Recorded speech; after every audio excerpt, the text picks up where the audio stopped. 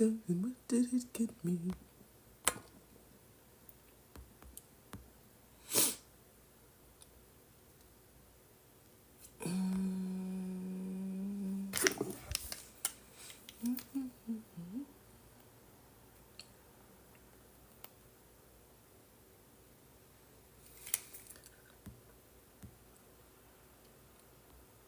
All that work and what did it get me?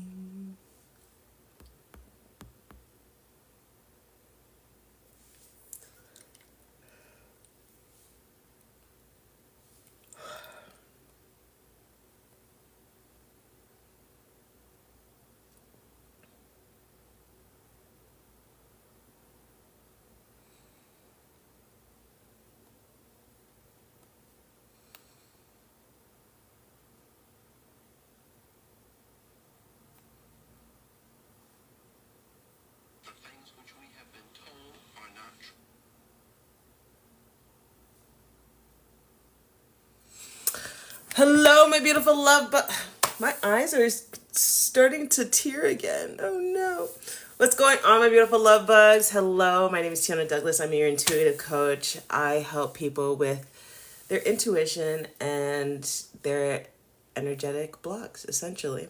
And so today we are talking all about moving to the next step. What does that mean? That means everyone's kind of stressed out about the housing market. Everyone's like, especially millennials, am I able to even purchase a home the way that these markets are going? And Michelle says the answer is yes. Start somewhere. Start with the starter home. So I'm going to have Michelle on, and she's going to talk all about what she does, her expertise, and the housing market, because it's crazy.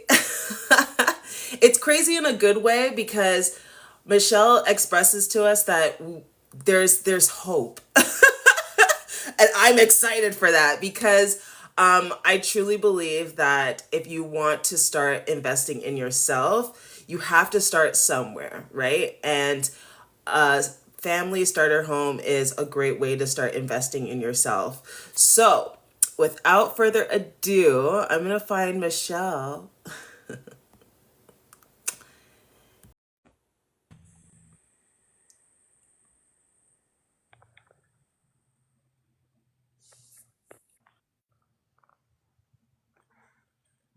Hello. Michelle. Good morning. How are you? I'm good. Good morning. How are you? I am great. Thank you. Can we see you or no? I'm trying to do that, but I don't know if it's because I don't have as many followers on this one because it says live access needed to go live on a video as a guest. So I guess I don't know because I don't know. It Aw. won't let me turn on the camera. But at least you can hear me. Yes, I can hear you. You can go live on the other one? Yeah, on my Elmino account, I should be able to go live on that one. Do you want me to go there? Yeah, is it easier? Just so we can see you. Okay, I'll hop over there and join from there. Give me two Okay. seconds. Yes. Yay. Thank you. I want you guys to see Michelle's lovely face because she's beautiful. And we need more chocolatey, beautiful women to be on live. Okay, so she's gonna come back. Am I late? You're not late, you're just in time. There we go. I think I can add her that way. Okay, There we go. let me try. Yes, I think I can we add are her in that business. way. Okay, there we go. Let me try. Yes, we are in business. Okay, I do hear an echo. Let me try. Yes. Can you hear that? Okay, I do hear an echo. Sorry, I don't know what is happening. Let me go out. Okay, she's gonna come back. I promise. She's gonna come back. Um,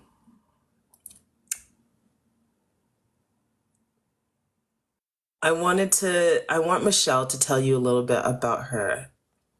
But for anyone that is tuning in, hello, my name is Tiona Douglas. I'm an intuitive coach. I help people with their intuition and their energetic roadblocks. Basically, I help women with their limiting beliefs, how to get out of your own way. And I started this beautiful show. If you guys could tell me what you think the name of this show could be, because I still haven't even named this show. But basically, we hold space for other female entrepreneurs.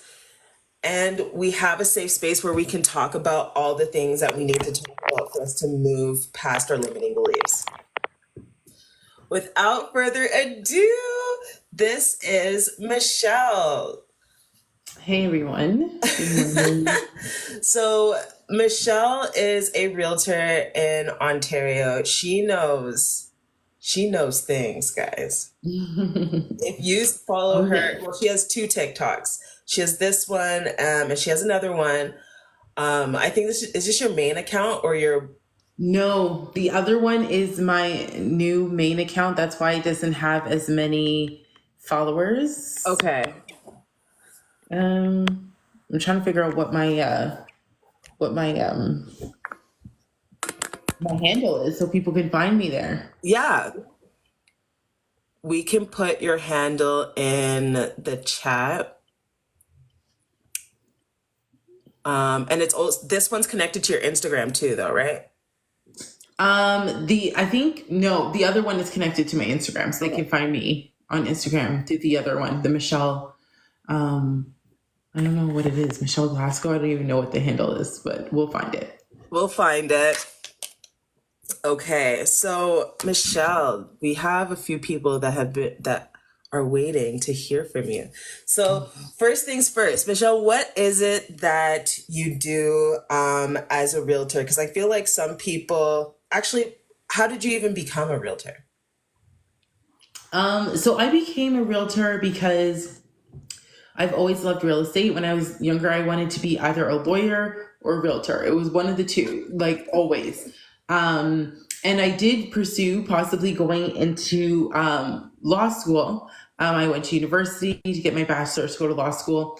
But while I was doing that, I was working full time at a real estate brokerage doing their admin work. So I was doing that for a bit, and then I decided not to go ahead with going to law school, and I actually became a real estate law clerk. So I would work 9 to 5 at a law firm doing, the transaction, the legal side, and then I would work 5 to 9 at a brokerage doing their front desk, their calls and such, and then I would work on weekends as well at the brokerage. So I got to see real estate from the back end, complete back end, like the administrative part as well as the legal side.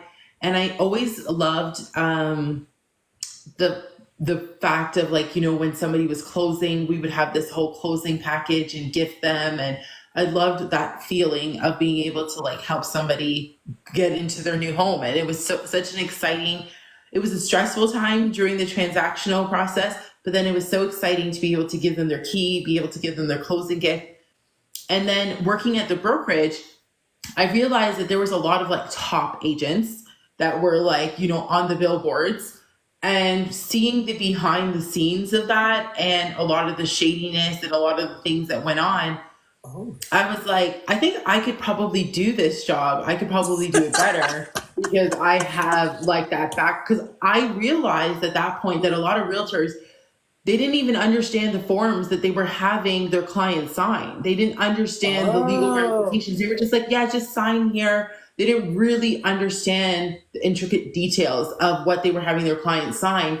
And I understood that I had a very unique perspective of seeing, the legal side. Because on the legal side as a law clerk, we were oftentimes cleaning up the mess for a lot of realtors where they didn't do certain paperwork properly and stuff like that. So I was like, I think I could probably do this job better because, number one, I love real estate, I love like being able to show people homes and help them like make that connection between, you know, the home they envisioned and getting into an actual home. And I understand it on a different level than a lot of other realtors. So then I just decided to get my license, and that's how I became a realtor. It's exciting. I love that background. That's awesome. That's like in Mhm. depth. I Yeah. like that. Okay, so you became a realtor. You're like, I can do this better than you guys, so to speak. And now you're learning to become a realtor. So what were some of the challenges that you had to make in order to shift from a clerk to a realtor? Were there a lot of challenges or? Well, I think one of the biggest challenges, and you know, right now I get contacted from so many would be realtors that are like, you know, in school right now to get their license. And I think what has happened is that shows like Selling Sunset, Owning Manhattan, they have painted this picture of real estate being this luxurious job. And it's all about, you know, going out for expensive lunches with your, you know, your other colleagues and speaking gossip and wearing like high end clothes. And that is really not real estate. Like there's a lot of challenges when it comes on to being a realtor. And it just so happens that I got into real estate. I got my license right at the cusp of one of those challenges, which was in 2017. Um, that was when they brought out the stress test. So right then and there, the market completely slowed down because before people were just able to qualify like that. As soon as they brought out the stress test, it really put a lot of pressure on people, and people really just became scared altogether. So people really started um, waiting to kind of see what this new stress test meant. And then when people were wanting to buy or sell, they were wanting to buy or sell with realtors that were established. I was a new realtor. So while I understood that I had a unique perspective that a lot of realtors didn't have, it was very hard to articulate that to potential clients. They wanted somebody with proven track record. And like in my mind, I'm like, yeah, I know people that are on billboards that have proven track record, but don't understand shit all about what they're doing. So, you know, the fact that I don't have all the experience doesn't necessarily discount my qualification to be able to represent you in the best way possible. So it was very hard to articulate that. And when you become a realtor, there's a lot of expenses. And that's the part that a lot of people don't understand. It costs thousands of dollars, number one, to do the education process. Then you have to pay, like, I don't know if it's like $2,000 or something to actually get registered. You have to pay insurance. You have brokerage fees that you have to pay for. You know, your desk fees. And in the beginning stages, you're not making money. So this is all having to come from you. This is all having to come from your own, like, you know, whether some people are trying to do it like part time or money that you have saved, or some people will take out a loan. But there's a lot of expenses that you're paying, and you're not getting any business in the beginning. So even for me, what ended up happening was that I got my license in 2017. At that point, my baby was just only a few months old.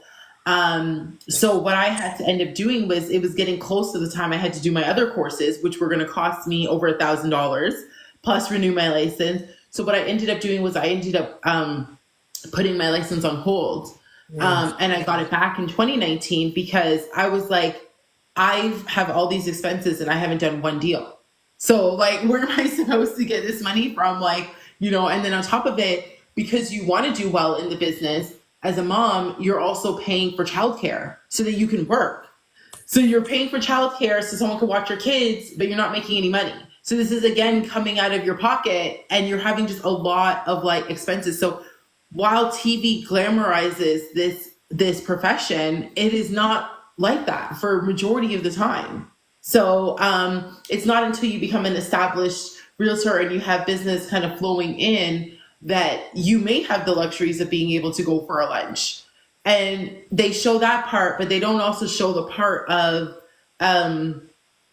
you know, your spouse comes home from their 9 to 5 freaking job and they're able to just relax after 5 o'clock, and you're up till 11 still working. you don't have weekends. There's no such thing as weekends. Weekends are probably the busiest time for realtors. So there's a 7 day a week like job that you're doing, and there's no specific hours. You have to be ready to go. When somebody says, I want a realtor, you have to be able to answer that right away. Because the thing is that if you don't, they're going to go to the next person and they're going to get the deal. So you have to be on at all times. I go on vacation with my laptop. Like, I'm ready to go at all times, because people don't understand vacation for realtors. Like, they just know, I want to buy a house, I want to sell a house. Are you available now? No. Okay, I'm going to the next realtor. So you have to be sure, because your paycheck is not it's not certain. And as, back to your question where you said, how did I that transition between being a clerk? Well, the transition is that you have every 2 week paycheck where you know what you're getting paid. Unless you miss a day of work, you know what you're getting paid, versus I may not be getting paid for 5 or 6 months. So it is definitely, planning out strategically, making sure that you're working. And mind you, as I said, while you're not getting paid for 5, 6 months, you're still paying your monthly fees. You still have to pay for marketing. So when you do get that paycheck, you have to budget. You have to be able to say, okay, this is going to be for marketing. This is going to be for this. And I'm going to put this aside for saving, and just in case I don't get a deal. So you have to be able to budget. And as I said, once you become a little bit more established, then you have deals kind of flowing in more consistently, and you have income coming in where you're not having to plan as much. That's amazing. That's such a challenge. That's multiple limiting beliefs on top of each other that you have to kind of break through. Oh yeah. That's crazy. Yeah. Wow. Okay, I didn't know it was that crazy to be a Yeah, and realtor. that's what I mean is that everybody just wants to show this glamorized, and when I say everybody, I'm talking about the TV shows. They want to show this glamorized idea of what real estate looks like, and it's just not that. I was going to tell you the truth, it's just not that. Until you get to a certain point, that's not what it is at all. So now you're a realtor, you have your beautiful family. So you're building your family and your education at the same time. Mm-hmm. Okay. And then you became a realtor. Yes. It So just I was happened that way, or? Yeah, so I was doing my courses while I was pregnant.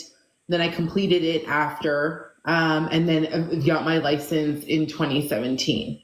So Okay. at that point, my baby was just a few months old. So I started it while I was pregnant, and then yeah, And you have 2 kids now. yes. Yeah. Okay. So, wow. Um, let's go into the housing market. Oh no. There are people that are my age. Okay, I'm 36. There are people that are my age that are freaking out because of the interest rates, because it was easier. And I say that in quotations because I don't know what it was like before this, but it was easier to get into a family home. Why is it such a big challenge now for millennials? So what I would say to that is I'm not entirely sure if it was easier. Yeah, that's Okay. why I was, yeah. I'm not entirely sure if it was easier, because the thing is that our money valuation is different now than it was back then. So while back then you had houses that were 200,000, people were also getting paid a lot less. So the reality is that it was still very hard for my parents when they bought their $200,000 home, back 20 something years ago at that time, on their income, to be able to afford that. However, right now, the issue that we're facing is that houses have become increasingly expensive, very quickly. Yeah. We just don't have enough houses. That's really what the issue is. So real estate, like any other market, goes on supply and demand. So if you have more demand than you have supply, then people are like, oh, okay, so you want my house, you want my house, you want my house. Who's going to pay the most for it? So now that, you were willing to pay 500,000 for my house, my neighbor's not going to be willing to accept anything under 550. And then this is where we go, where the prices just continue to increase because they're able to do that because we don't have enough houses. And this is why I talk a lot on my page, my other page, about the fact that why are we continuing to let in more people when we don't have housing? Because like right now, because of the fact that we don't have enough housing for the people that are here, what's going to end up happening is that it's just going to get worse. And everybody's thinking, and mind you, they just put out the numbers in the GTA, Greater Toronto Area in Ontario, and the numbers from last July to this July has decreased the prices. But the average house price is still $1 million. The income that you need to be able to afford that home is not an income that most people have. So we're having an issue where it's really the haves and the have-nots, and really housing is showing your status.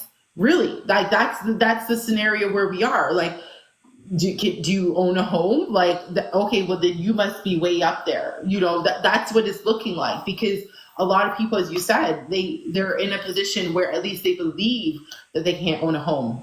And that's why on my other page, Affordable Home Whisperer, I just try to talk a lot to people about like getting in where you can fit in. Because a lot of times people say that they can't afford a home, but the reality is that when you really get down to it, and I really start talking to them, they're like, oh, well, I'm not willing to sacrifice space. I'm not willing to move out, to this area. So is it that you can't afford a home, or that you're not willing to make the sacrifice that might be required for you to own a home? And I think that that's the mentality in our community that really needs to change, is that we are often only thinking about the negative aspect, and we're often only thinking about what feels good. And sometimes when we need to do something, it's not always going to feel good right away. You sometimes have to be willing to step out of your comfort zone and do something so that you can make a way for your family. Because what is the alternative? The alternative is you rent for the rest of your life and you have nothing to leave for your children. And for me, it's very important. I think it's very important for minorities, whether it be Black minorities, whether it be as a woman, whether it be from any other minority group, for you to own property, because it is not very easy for us to rent. It's a lot harder, even as a woman. And that's why I say even as a woman, because a lot of times people will look and be like, oh, well, she has children. And, if it comes down to her, buying food for her kids or paying her rent, she's not going to pay her rent. So for a white male, a single white male, yeah, he's not going to have any issues in the world. So why are we listening to these single white males that try to say, oh, you don't need to buy property, just invest in the stock market? We need to be, as somebody who is in a minority group, whatever that minority group may be, you need to be able to figure out what's best for you. And that's going to be to own where you live. Guys, I really want to share Michelle's TikTok. Can you guys see that? No.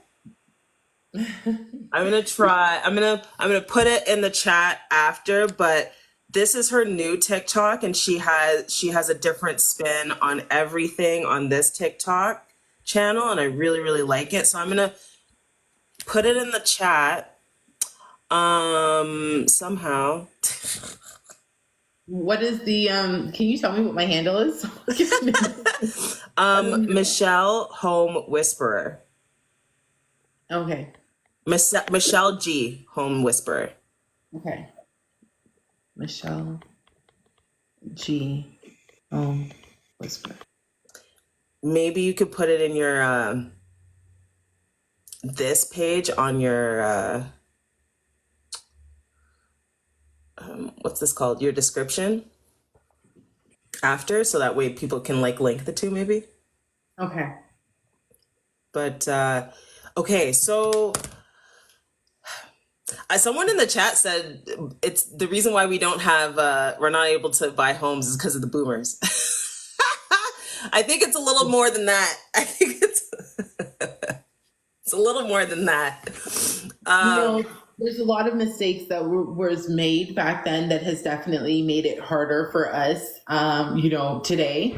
But I think we just need to move differently. We just need to, and that's the thing is, that's why wealthy people are wealthy because they're always thinking outside of the box. What ends up happening is that like a wealthy person sees the market going down and crashing, and the regular folk like us, we're like, oh my God, like it's the end of the world, the market's crashing. A wealthy person's like, let me go and buy up all the real estate. Like, let me go and like they're thinking differently. And that's why I'm saying we need to think differently. We need to change the way that we think. We need to start moving more strategically and thinking outside of the box, moving outside of our comfort zones and doing certain things to align ourselves, even if it's not comfortable right now, but for later on. okay. So how do you think we do that when it comes to real estate? Because a huge question that's constantly online is just so annoying to see it. But the difference between renting and owning, like people are really, really like, it doesn't make sense to own. Like, what would you say to those people? I say that that's like the stupidest thing I've ever heard. To be honest, like to put it very bluntly, I think that if, not everybody's in a position to be able to purchase a home today. But to say that it would be better to rent, for what reason? Um, Someone just asked, is redlining still affecting us? To a certain degree, I would say so. On my other page, I talked about, in renting especially, it's really hard sometimes.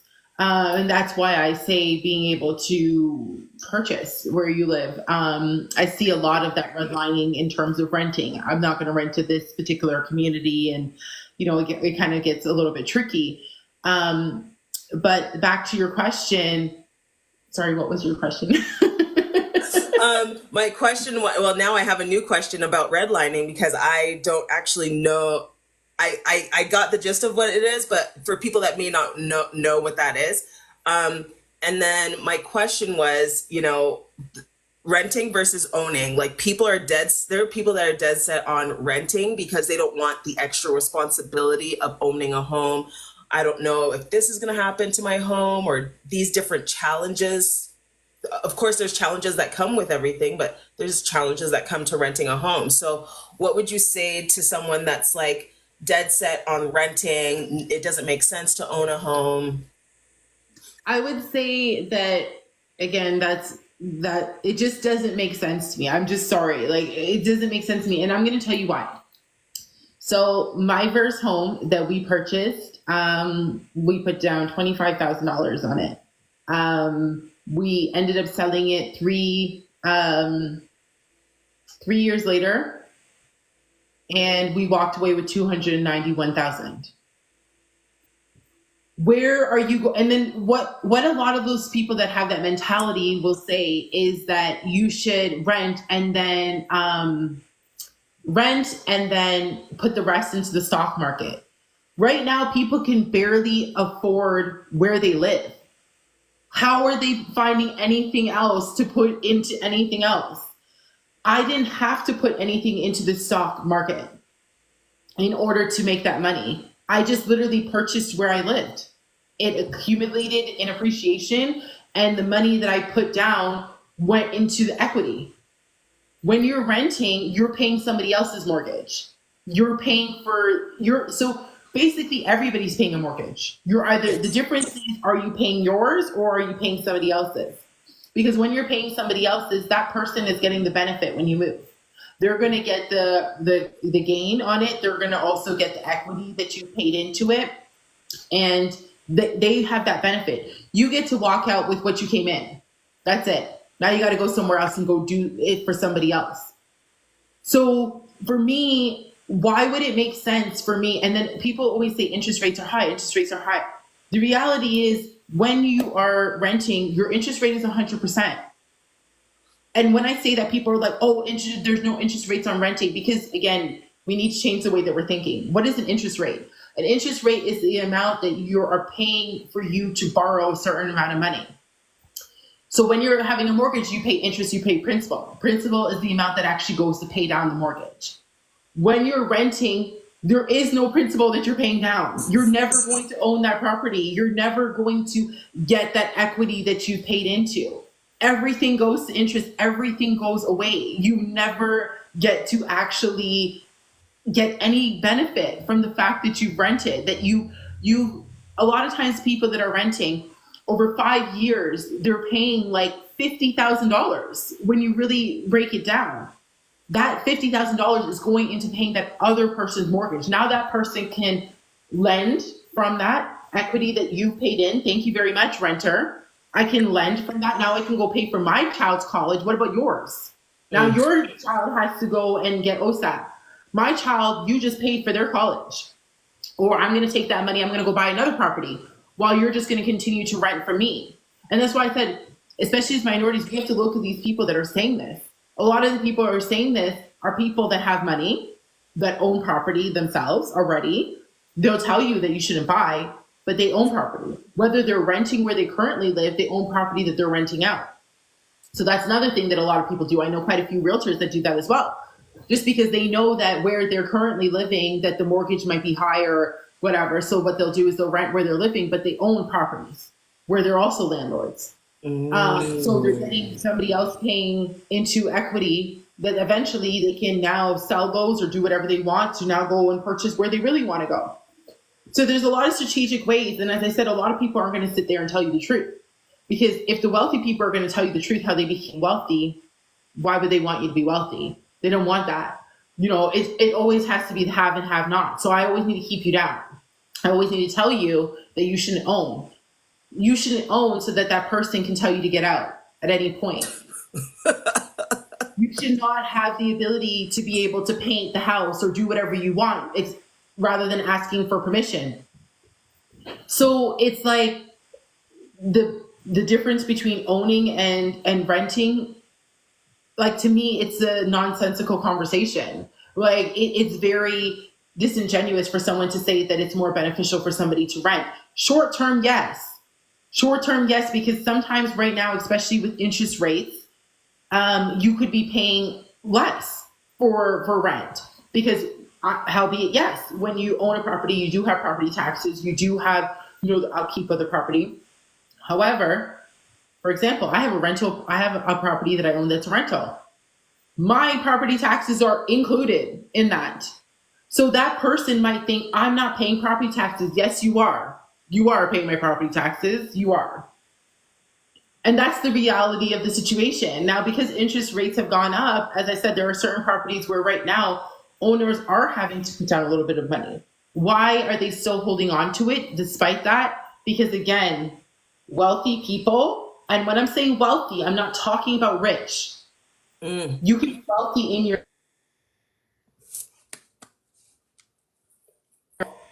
are thinking ahead. You're thinking Sorry, about the say that future. one more time. So You yes, just cut out for a second. I'm sorry. Say that one more time. We just cut out for a second. Okay. I was saying that wealthy people, you can be wealthy in your mind. Wealthy people are thinking ahead. So they're not just thinking about, okay, well, I have to put down an extra $200 a month on this property right now, so I'm just going to sell it. This is horrible. Unless you can't do that. But what they are thinking about is this property is going to increase over time. This property, right now, this person's paying like 95% of my principal, paying 95% of my mortgage payment. I'm only having to put in $200. It's increasing in wealth. It's increasing like in value. The equity is being paid down. I'm going to keep this property for a next few years and continue to let it pay itself off. I don't care about putting in an additional $200. So for me, it's a very disingenuous conversation when you say that it's cheaper to rent. Why are we thinking about short term? That doesn't make any sense to me. Real estate, obviously, and that is the reality of even a stock market. If you put money in the stocks and you pull it out tomorrow, you didn't make anything. It's no different. They're different kind of investments. The difference between real estate is I can invest in real estate and not have to take anything additional than what I'm paying for my mortgage, and that still be an investment. Whereas when I'm investing in stock, I have to pay my rent, and then on top of it, I have to go and put money into a stock, and you have to put a substantial amount of money for it to even make sense. When I made my 291,000 from my primary property, I did not put anything additional except for paying my living expenses, my rent, if you want to say, to live there. Yeah. And in 3 years, I was able to make that money. So I do not listen to anybody that tries to say that real estate is not an investment, or that, that renting is better than owning, because I think it's a very disingenuous conversation. Oh, I love this. Okay, so the other thing that people may not know what that is, and then there are also people, and Michelle, I've lived and worked in predominantly white areas, Mm-hmm. in 4 different provinces now. Please explain what is red tape. Redlining. So Redlining. Oh, redlining. is where they try to, like, you can't move into this community. So they'll put in certain rules, and so that, like,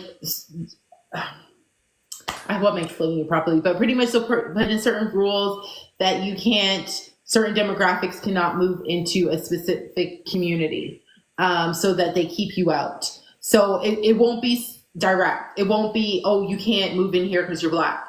But what they will do is, okay, we know that maybe Black people make this amount of money. So you need to make above this amount of money, to be able to move into this community. They'll put in certain rules to keep you out of certain areas and only put you in the areas that they want you to put you in, which are oftentimes have the worst schools, like they're not developed, and they're not great communities. So they want to, like, get all of those people into one community and ensure that you can't move out of there. So they'll put certain systematic things in place to keep you in that area. So that's why I said that, like, I've seen redlining, as you can call it, like, for lack of better words, even in renting. I have a client I made a video about that I'm trying to help the family to be able to rent somewhere. And they're looking for specific areas where the schools are good. However, a lot of the communities that happen to own the properties in those areas are strategically not accepting application. And I know that's what they're doing because, number one of the agents admitted it, that their client does not want to rent to, somebody from that particular community. Also, when the realtors look over the paperwork, they're like, yes, the income looks great. Everything looks great. We just need to see, like, their ID. And I send the ID, and all of a sudden it's, yeah, my client's not going to go ahead. Oh, they've changed their mind from renting. Oh, they said the income is not good. I'm like, what do you mean the income's not good? The income is 3 times the rent. No response. Like, no response whatsoever. So they are blocking this family outside of these areas that would give their children a good opportunity to go to these good schools. And that's why, for me, as I said, I feel like, owning your property where you don't have that, because the bank doesn't care. The bank doesn't care what you look like. The bank just wants to know, do you have the income? Do you have the credit? Here is, the mortgage. The bank doesn't care. But when you're dealing with people, individuals that own property, yes, they will definitely say, you cannot rent our property because you are Black. You cannot rent our property because you are a woman. You cannot rent your property. And people think that it doesn't affect women. It does. It does. Like, even in the workforce, women are affected. Single moms are affected, even if they make, the income to be able to, because what what a landlord is thinking is, okay, so what happens if one of her kids are sick and she can't work? Is she going to still be able to pay the rent? These are things that run across somebody's mind. But again, the bank just wants to know, do you have the money? Do you have the credit? Here is the mortgage. It's mind baffling to me how people are still say to me, to my face, really? I'm like, are we living in two different worlds? Well, technically, we are living in two different worlds. We are living in two different worlds. And it's because even in my video where I talked about that on the Home Whisperer page, people are telling me, oh, I don't think that that's the reason. And it's like, as a realtor, I also have to be careful with the amount of information I provide. But I know for a fact. So it's like when I'm hearing people like questioning it or like telling me that, oh, it's not racism, it's not this and it's that, and I'm just like, honestly, like we're literally living in two different worlds. You don't experience it, so you get to like live in this bubble where this doesn't actually happen. But this is the reality for a lot of people. And I will be very honest to say that I myself was surprised. Really? I myself was surprised because looking at, the paperwork, I'm like, this is going to be a walk in the park. Everybody's going to want to rent to this family. So when it was like decline, I'm like, what in the world is happening? So even as somebody that like is in that community, and again, maybe it's because I'm living in a different world because I own my home. So I'm not like trying to rent right now. So I don't really understand that aspect of trying to, and I don't really often do rentals. When I do, most of the time it's representing the landlord. So on this side of it, of trying to represent the tenant and like feeling like everything looks great, this is going to be a walk in the park, and then getting decline. I'm like, what's happening here? So like, even for me that is in this industry, even for me that's in this community, it was still surprising. Wow. Yeah. Definitely having that issue with renting. I just moved into the Rocky Mountains and having an issue with renting. And it's even crazy. I'm also a licensed hairstylist, and people have an issue with me doing their hair. So I would imagine if there is an issue with that, then there would be the issue with the other.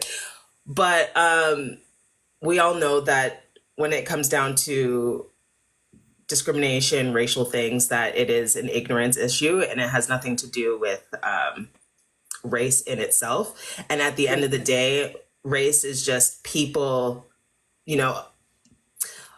going against other people. So the haves and the have-not, it's really about the haves and the have-nots. And I'm so grateful that you said that, because really that's really what it comes down to. And race is just a challenge that's put in our face, and it's not really an actual challenge. Like, it's not really That's 100%. Yeah. And I'm trying to find the right words to say that, but yes. No, you hit the nail on the head, and I do think a lot of people do need to understand that, because I think that a lot of times, like, because it's racism, but the reality is, like, I was talking to this one person in my comment section about that video, and basically what he was saying was that he's skeptical because,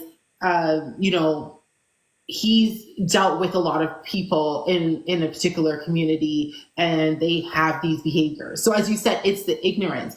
So it's not like he doesn't like the person because of their skin color, but because he's so ignorant. He's dealt with a group of people that are all from, so now he associates those behaviors with everybody that is from that community. So while it is racism, the reality is it's not that he hates the person just because their skin is a certain color, but he's too small-minded and ignorant that he cannot differentiate to say that that was just those people. And not everybody that has that skin color behaves exactly the same way. So what ends up happening is that there's this blanket statement over everybody from a specific group based on stereotypes, based on experiences that people have had.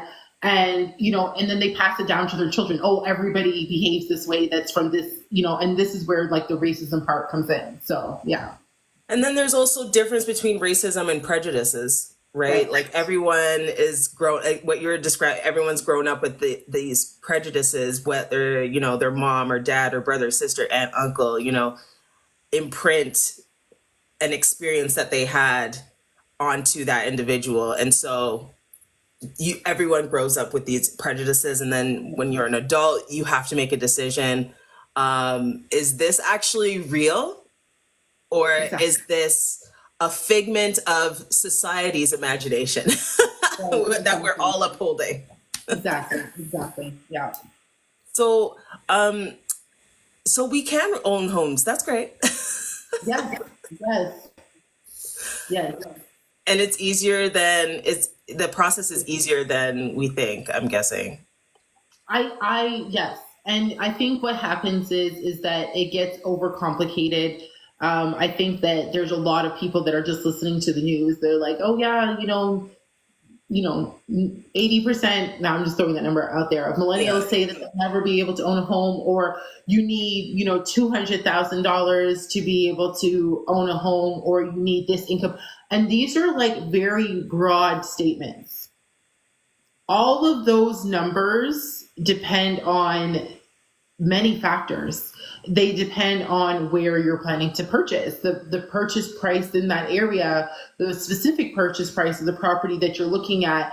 You know, so yes, you do need a certain income, but the income that you might need for $1 million home that you're trying to buy in Toronto is not the income that you're going to need for a $400,000 home that you're maybe buying in London or Hamilton or any of these other outskirts areas.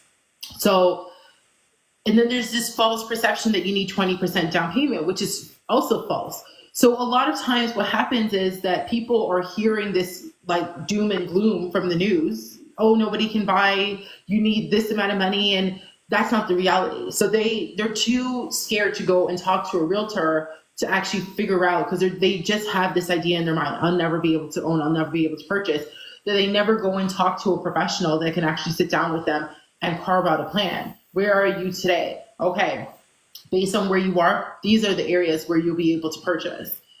These are the type of homes that you'll be able to purchase, and try to, like, and if it is that you're not able to purchase today, then what's the plan to get you there? I don't like this whole idea like, oh, I'll never be able to own a home. Number one, and you can speak on that because you talk all about that mindset. For me, I'm very big on, why are we putting this negativity out in the atmosphere? Why are we even saying that I'll never be able to own a home? Like, no, no, no. If there is a will, there is a way. If this is something you want to achieve, then let's figure out a plan to get there. Let's not just say that it's not going to happen. Because what's the difference between you and somebody else? I've had single moms that I've helped get into homes with 3 kids on, minor income. It's literally just putting plans into place and figuring out where you are. But if you go in with that mindset that this is not going to happen, this can't happen for me, it's impossible. It is impossible. It will be, because you've already decided that for yourself that it's impossible. But if you go in with the mindset that I want to be able to purchase a house, I don't know how it's going to happen, but I'm willing to do whatever is needed to get me there, then it can happen for you. Oh, I agree. I agree. I agree. I agree. It is a bit of a challenge to kind of change your mindset, but I've noticed the neurons that fire together, wire together. So if you start having these conversations with Michelle, if you start actually looking for homes, no, you probably don't even have the down payment, but actually putting yourself into that mindset of this is going to happen for me Mm-hmm. and continuously doing it, then it will feel better. And then you will think, that, okay, this is possible. So having those people around you, the best way to change is by becoming more educated about it. I love that. Thank you so much, Sarah. Yeah. Oh, Sarah's a realtor too. Hi, Sarah. Yes, she is. She's Do you great. know She's Sarah? awesome. I love Sarah. Oh, look at that, guys. Okay, so we have Michelle and we have Sarah, two realtors. Please go ahead. If you are looking to buy a home, maybe they're not in your area, but as you can see, very, very, very knowledgeable about the market and what you and the steps that you need to take. So do your due diligence and start even following these individuals, and start seeing what they're talking about will help you with that limiting that belief that you have. So, oh, I Yes, see a book. there is even a well versed in the Alberta market. She's Okay, material, but she knows a lot about the Alberta market. She's great, so definitely follow her. that's awesome. Oh, I'm gonna follow. I'm gonna follow you, Sarah too. Oh, that's a nice dress, Sarah. Okay. So a little bit more about like the procedure. I think that's what's really scary about, and I'm so grateful for Dee. She sent me like a whole spreadsheet. She's like, this is what you need, this is what you need, this is what you need. So for anyone that's starting, I know you don't just start with a realtor. Where do you actually start? So that's just the thing is that sometimes you do need to start with a realtor Okay. and that realtor be able to point you in the right directions. Just Okay. like how, like, you started off with me and then like, you spoke with Ashley and then she pointed you towards Dee who was able to give you that. So sometimes you could Yes. be starting off with a mortgage broker. It could be starting off with a mortgage broker where the mortgage broker is going to help you. However, the reason why sometimes I say to start off with a realtor is because us realtors, oftentimes we have specific mortgage brokers that we work with, and we like to work with those mortgage brokers because we've developed a relationship and a system with them. So I don't want my potential buyers going to a mortgage broker that's just going to sit there and say, "Oh, you can't own a home, you can't buy a home." Come back when you have your down payment. I want to work with a mortgage broker that's able to do what Dee did with you and sit there and say, okay, this is what you need. This is what you need to do. And come up with a plan. Because that should be the goal, is to help this person. They might not be able to get into a home today, but what do they need to be able to get into a home next week or next month or next year? Right. So I need someone, and sometimes unless you know that mortgage broker for yourself, you're not going to know what mortgage broker you're going to run into in their system. Some people, they're very much like, and I get it, I'm like that too. Because if you come to me and you don't have a mortgage pre-approval and you're like, I want to see a home, I'm going to say no, because I'm like, the reality is we don't know what you qualify for. You're going to be wasting your time. It's going to be wasting my time.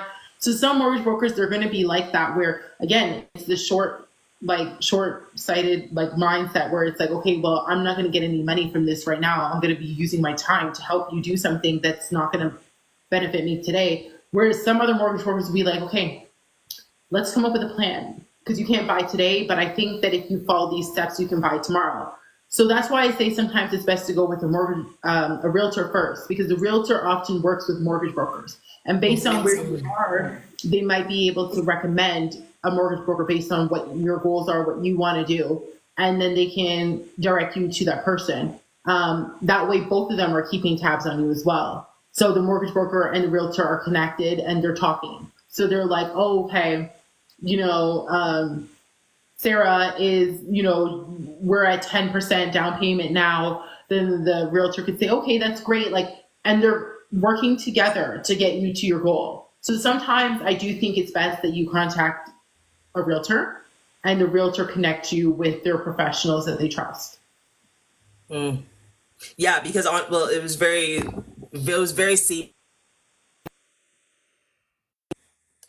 it was a very seamless process. I talked to you, then I talked to Ashley, and then I talked to Dee. So Yeah. yeah, it was very easy. um, so now that we've hit our limiting beliefs head on, and we're ready to buy a house, what are some things that we should be like really thinking of in terms of the additional costs of owning a home, like um, lawyer fees and So it really differs in a lot of areas. So, for example, I know in Alberta, you guys don't have land transfer tax. In Ontario, we do have land transfer tax. So there is a land transfer tax that you have to pay. It's a one-time fee that you pay when you're purchasing a property. Um, but even within Ontario, it differs because Toronto specifically, you pay the municipal and you pay the provincial land transfer tax. So, for example, let's just say if the provincial land transfer tax is $6,000, if you're purchasing in Toronto, it's 12,000. You're paying double. But again, that's like a one-time fee that you pay when you're purchasing the property. Alberta doesn't have that at all. But in terms of actually maintaining the property, you do have your home insurance, which you have to pay, which again, and I always tell people, like, even as a tenant, you're supposed to be getting insurance. So that really doesn't differ from whether you're owning a home or whether you're a tenant. Everybody has to pay insurance. At least I don't know if it's like that in Alberta, but in Ontario, tenants have to have insurance. It's And then preferred, but it's not like it's not a must, but it's preferred. I do it through my car insurance. yeah. And then you have your property taxes that you pay. You can pay that quarterly or you can pay that monthly. You pay it through your mortgage as well. There's different avenues to be able to do that. And then it's really just like, obviously your utilities, same things that tenants have to pay, and then just maintaining the home. So far for my home, I've lived here for 3 years, because that's the big thing when everyone's trying to say, oh, don't own a home. Oh my gosh, you got to maintain. I've lived in my house for 3 years. I haven't had to do anything to maintain this home. This home is just running. Like I haven't, like obviously the little things like, cutting the lawn and buying the leaves and getting the filters those are things that tenants still have to do. Yeah. So people like, oh, you got to maintain a home. And it's so like, it is not like what people are saying. Now, if you have a century-old home, 100-year-old home, yeah, then things might start breaking down that you have to probably pay for. But there's not this big expense for maintaining a home that like people try to make it out to be. Okay. There is a question here. Rob's asking, do you have to pay taxes on a sold home? So do you mean like, do you have to pay taxes when you sell your home? Is that what you mean, Robert? We're going to let Robert figure that out. In the meantime, so those are the other fees. So the taxes and lawyer fees. What's another fee that might be like, oh my gosh, I didn't think of that? So when you're doing your closing, there's a few fees. There's title insurance that you have to pay. Okay. I'll answer that in a second. So there's title insurance that you have to pay. There's your legal fees, which is actually what the lawyer does. And then there's disbursements. Now, I think that's where a lot of people get confused, because a lot of times when they go and they ask the lawyer, how much does it cost to do the transaction? The lawyer says $1,500. So when they get this bill from the lawyer for $2,000, they're like, what happened? Well, what happened is that's the lawyer's fees, the $1,500. But then there's disbursements. So these are fees that the lawyer had to pay out for doing your transaction, like the registration. Now, when you're purchasing, there's registration fees to register the deed, and there's registration fees to register the mortgage. I think they're like $70, $130, and that's just my knowledge from being a law clerk. So there's fees like that they have to pay out of pocket. So obviously they're going to want that money back. So they have their $1,500 legal fee or whatever it may be, but then you're going to pay them back for those things that they had to pay. They also have to pay to open up a transaction in their program that they do their legal work. So you're going to have to pay them back for that too.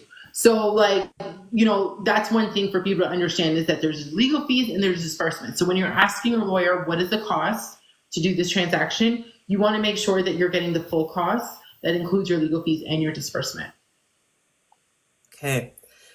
Now, you could, if you want to answer that question.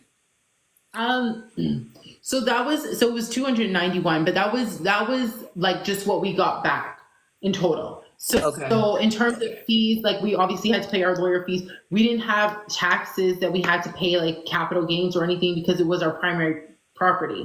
Now, if you're purchasing a property and it's, first of all, if you move out of it within 1 year, you have to pay taxes. If you,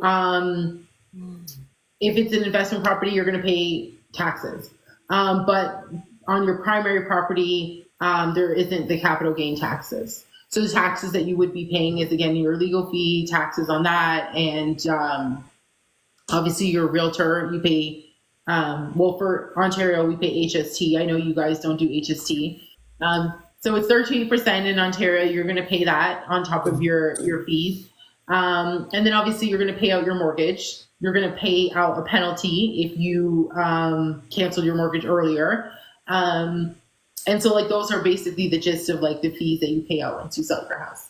Okay, so is that why this is why what I hear from other realtors is that if you're going to have a primary property, you live in it for at least 5 years. Is that why they say that, or is there another reason for that? I think that's just like the average time. Like most of the time when people purchase a property, they mainly will, especially their first one, they say that people normally live in their first property for 3 to 5 years. Sometimes some people say 3 to 7 years, but people basically move every 5 years or so. Like I'm itching right now. Like I'm ready to get out of here. Really? I'm ready to get out of here already. So like, yeah, like, and that could just be again, cause I love real estate. So it's always like, okay, the next best option. But yeah, so I generally you want to keep the property for as long as possible, especially if you want to see gain in value and pay into the equity and stuff like that. But yeah, I would say most people move like between 5 to 7 years or so. Okay. Okay. Awesome. I had some other questions. Like, I found that when some people are more successful than other people, whatever that looks like to them, especially in a family dynamic, there may be a little bit of tension. So what is your relationship with your parents? What is that like? So my relationship with my parents right now is pretty good. It was not growing up. Like I moved out of my parents' house at 16. Mm. So I didn't have the best relationship with them before, but I feel like now that I'm a little bit older and things have gotten better, I would say. Well, that's exciting. Mhm. Yeah, that's same with me. I was out when I was 14. And so it was definitely a challenge, but it's very interesting because, you know, you even though that was the case for you, you knew that you were going to maybe not be a lawyer, but do something. Yeah. What did that hmm look like at the age of 16? Like, what was that challenge there? Like living on my own. Yeah, and being like, I'm gonna do it, I don't care. I think the challenge there was, well, obviously, you're so young. And like, as I said, like I officially moved out when I was 16. However, I had running away, like, when I was 15, but then in Ontario, you have to be 16 before you can legally leave. So the cops would consistently bring me back home. So 16 was when I officially like moved out. And so that was obviously challenging getting involved with wrong crowds and like, um, at that young age, you're not thinking about, you think you're grown. You really, really think you're grown. And you think you know everything and you have everything figured out. And unfortunately, you make choices that you shouldn't make that does affect you. Like, I think I would have been able to purchase a home a lot sooner if I was at home. And that's why I tell my kids right now, I tell my two kids, I say, you are never moving out until you can buy a house. I'm just letting you know that from now. You Yeah. are not moving out of this house to go and pay somebody else's mortgage. When you move out of this house, you're going to be paying your own. And I tell that to my kids because that's what I want for them. How And old are your kids? so I have a 10-year-old and an 8-year-old. Okay. Yeah, they're old enough to start to absorb that information. Yeah. Yeah. Because like you get out, you're like 16, whatever. As soon as you can get a credit card, you get a credit card, you max it out. You're not thinking about, oh my God, like I have to protect my credit, I have to save, I have to do all these things, I have to attend school, because you think you're grown, but you're not grown enough to understand how the decisions that you make then are going to impact your future. And I think that's what happens. A lot of times is like, I know a lot of people right now that were in that circle with me that are not in a great place in life right now. Thank God for me, things turned out good. But for them, they continue to make certain decisions. And while they blame and have like, and I tell them, I'm not saying it behind their back, I tell them straight up, it's a victim mindset mentality that's keeping them there. Of, oh, well, it's because of this, it's because, no. Your decisions got you there. Your decisions got you there. And as soon as you can actually acknowledge that, I take full responsibility. I take full responsibility, regardless of situations that happen in my life. It's the decisions that I made based on those things that have aligned to where I am. And I think it's not until you come to that place of being, and I'm not talking about things that happen to you. I'm talking about how you react to things and the decisions that you do make.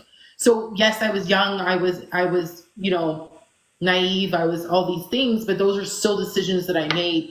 And I tell my kids all the time, the decisions that you make, you get to choose. You don't get to choose the consequences that come with them. And that's why it's very important that you think very clearly about the decisions that you're making.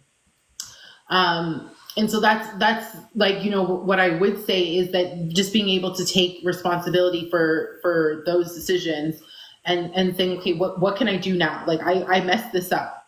That was what my husband and I had to come to when we were buying our first home. We both had messed up our credit. Okay, like we're not going to be like, oh, it's because of this and it's because of that and this person did it. No, we messed up our credit. What are we going to do now? Let's come up with a plan. Let's get ourselves in a home. And from that, we've been like, and that's why I love what you do, because the mindset is the very first thing you have to focus on, because you're not going to get nowhere if you can't get your mind right. And so it's like just not holding yourself back by self-limiting beliefs, not holding yourself back by staying in a victim mentality or even beating up yourself. I did this. Okay, what am I going to do now to get myself out of it? And that's what I think my challenge was as a child, like getting to where I am now is making a lot of stupid decisions, because you're 16, you think you know everything, you think you're grown, and then you get older and you're like, I royally screwed that up. Like I royally screwed everything up, and now I need to deal with this and I need to figure out how to fix this. And you're steps behind where you should be. So you're playing catch up.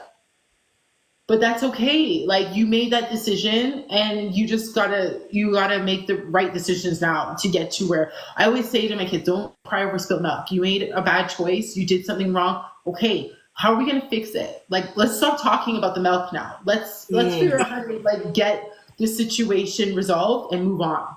Because the longer you stay into that position of, oh my God, the milk is spilled. Now I have no milk. You're wasting more time and you're putting yourself further and further back. But the quicker that you're able to be like, this is my situation. What do I need to do to get out of it? That's when, you start to move and life actually starts to make sense again. Yes. Oh, I love that. That's amazing. And the growth. Okay, so the fact that you're like, you and your husband are like, okay, listen, we've already did this. Okay, fine, great. And you had that awareness, like, okay, we're not perfect, but we need to move towards something together. And so how did you know that your husband had that growth mindset for you to not only do buy a house together, but then support you continuing school? Like how did you know your husband had that mindset? Well, because he was totally different than anyone that I had ever met. Like I was used to, I told you, I was out on the streets. I was used to the bad boys. That's what I wanted. I was in the street. I like wanted all the bad boys. Give me all the badness. Okay.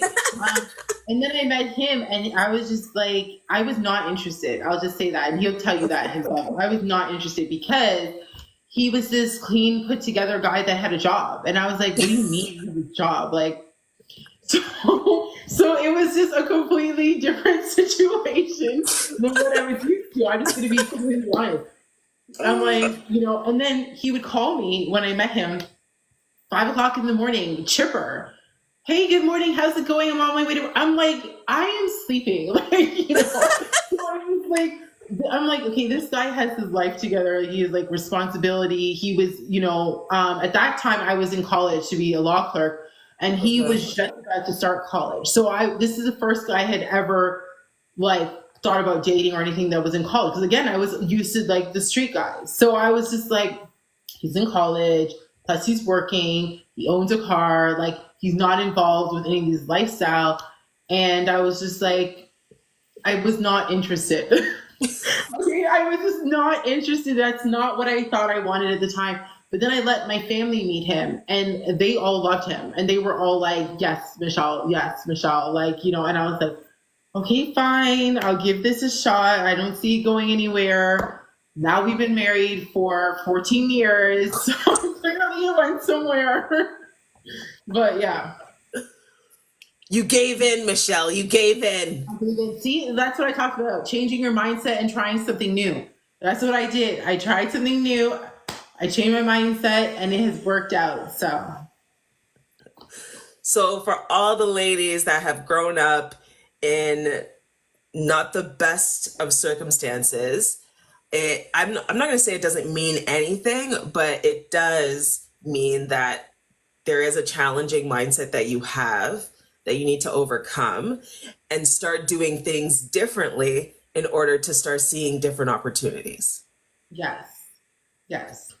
That's really what it is. Like, I just really believe that in any situation that you were in, you got yourself in it, you can get out. You just do need to align with the right people that can support you. You need to align with the right people that have the right mindsets.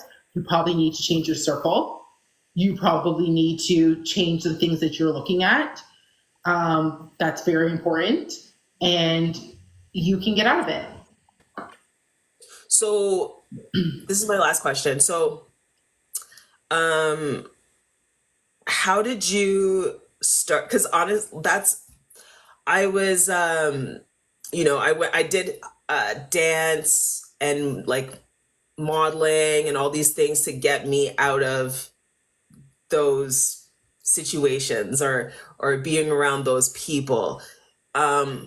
But as an adult, especially in your 30s, and you're trying to like change up your circle, what's some advice that you would give to someone that's in their 30s, they're a professional woman, they're not married, probably don't have any kids, because that's kind of how it is now. What would you say to them that are trying to change all of that, like get into the right circle and start looking at marriage and start looking at kids? So I would say again, like one of the most important things would be like changing what you look at, changing what you listen to. If you're constantly listening to men ain't shit, like, you probably won't be getting married. Like anytime soon. You may need to change like, what you're listening to, what you're watching. If you're wanting to be a wife and get married at some point, you might want to surround yourself with married women, like, that you can, because I do believe that your circle definitely impacts you. And so you may want to get around some women that are married. You may want to listen to some podcasts. You may want to, if that's your goal. I'm not saying that that's for everybody. Like if that is something that you want, whatever it is you want to do, you want to be an entrepreneur, you should probably start listening to some entrepreneur podcasts. You should probably start surrounding yourself with some women that are entrepreneurs. If you want to be married, it's the exact same thing. You need to, if you're going to be listening to music that's like, again, about like, oh, thug life, da da da. you're probably not gonna, and I'm not trying to say, because don't get me wrong, when I'm in the gym I'll be listening to that kind of music, but at Yep. the same time I believe it's an 80-20 rule. Like, I believe it's very much making sure that the majority of what you're intaking is actually feeding your mind, feeding your spirit, feeding everything that you want, the vision of what you want to be. But then you might have, that little 20% where you do like whatever, but like you want to make sure that the majority of content and information and people that you surround yourself with are emulating the lifestyle that you want for yourself. So I think that that would be, something very important. And also, as I said, if you want to be married, then maybe you need to change a little bit of your mindset. As I said, I had a type, and that was not working out at all. And I had to change my mindset, and although I thought it was, I was like, this is the life, this is what I want, and then sometimes, and I think I have a video talking about give the nerd a chance. Because to be honest, that's what I thought in my head. I was like, this guy is weird. Like, he's like in school. Like, I thought that was weird at the time. But I had to grow up and I had to get out of that mindset. And the reason why I thought that was weird is because that was not the lifestyle that I was living. That was not the Yes. style of the people I was hanging around with. So Yes. now that I have changed who I hang around with and I'm out of that lifestyle. And again, this was like 16 years ago, by the way. So like, I'm not that person anymore. But now that I like have completely changed my life, I think that that lifestyle is weird. I'm like, what do you Yeah. mean you sit down all day and do nothing? Like that doesn't make any sense to me. So you do have to change your circle. You do have to change what content and things that you take in, and you want to kind of go with things that more align with the lifestyle that you're looking to have. I love that you said that because that's one of the ways that you realize that you've changed your awareness level. That you look at something that you used to think was normal and you're like, that Very doesn't make strange. any sense. That's Yeah. the cognitive dissonance that starts to happen when you start to change your mindset. I love that you said that. Oh my God. Okay. I love that you said that. Anything that you would love to leave the people, Michelle? What are you working on now? Of course, you're still a realtor, still selling homes and whatnot, but it seems like there's a little bit more to what you do. You help landlords as well, or moving into helping tenants now, or Um, no. no? This is a one-off. This is a one-off. Yeah, like, if somebody comes to me, they know me, they're like, Michelle, I've seen you, do that, like, I'll help if I can. But it's not like something that I would like advertise to be like, this is something that I do. Just because, again, it's not a nice world for tenants right now. It's not a nice world. And sometimes I do find for tenants, it's a little bit easier if they do go directly to a landlord, because sometimes when a landlord has hired a realtor, it's because they're strict. They're like strict with their screening. So it's a little bit more difficult than if you went with a landlord that just posted their property up for rent on their own. But again, Okay. if somebody comes to me and everything looks great, I'd be more than happy to assist. Or if someone says so and so referred me to you, then yeah, I'll always do that. But right now, yeah, I'm trying to educate more people about getting into the market, trying to let them know that the importance, especially as I said, minority groups. Um, I want to be able to help more people own property. That's really like kind of like my goal, and just finding different avenues to be able to do that. Yay, exciting. So do you see yourself maybe doing like speaking, or you're really good at it? Thanks. You know what? If the opportunity arose, I am quite a shy person. I think the only reason why I'm like a little bit whatever is because this is like online. But I think if these five people were in front of me, I'd be like, so like I don't know. I'd have to try it out and see. To try it out and see. So I think if the opportunity arose, I would definitely take the opportunity, but it's not like something that I'm like, planning or anything at the moment, at least. I'm gonna keep you in mind. I'm gonna keep you in mind. I have something up my sleeve. Okay, sounds good. I love her. Sarah, I think I might need you up here Oh, too. you definitely need Sarah up there. She is like a gem full of wealth of knowledge. I love her. Well, I'm going to be doing this every week. So if you know someone that would love to share what's going on in their mind, helping other people with their limiting beliefs, I would love to hear about them. But guys, that concludes today's that concludes today's show. I hope you guys got a lot. I did. I got a lot of knowledge out of this. Yeah. Even the fact that I didn't realize that you had a similar story that I did. I Grew up in the know. hood, all right. But as you can see, just because you are, you know, you grew up in a specific environment doesn't mean you have to be a product of that environment. You could do Right. whatever it is that you want to do. There's no, Yes. like, we have these invisible walls that we can tear them down. We created them, we can tear them down. 100%. Yeah. On that note, thank you so much, Michelle, for Thank enlightening you. us and letting us know that there is hope in this housing market. If you Yes. guys want to find Michelle, you can please add her. She does have um, another page that she's building, but she has all that information on her page. So please do your due diligence. Go and check Michelle out. Thanks again, Michelle, and I hope you guys have an amazing rest of your Thursday. If you guys know anyone that would like to share how they broke out of their mindset, anything that they want to share, thank you again for putting. That's her new TikTok page. But if you guys know anyone that would love to share their story, please let me know because I would love to share that. And I hope you guys have an amazing day. And please remember, if now I have to remember how I say it. People tend to work from their limiting beliefs, right? People tend to project things onto other people.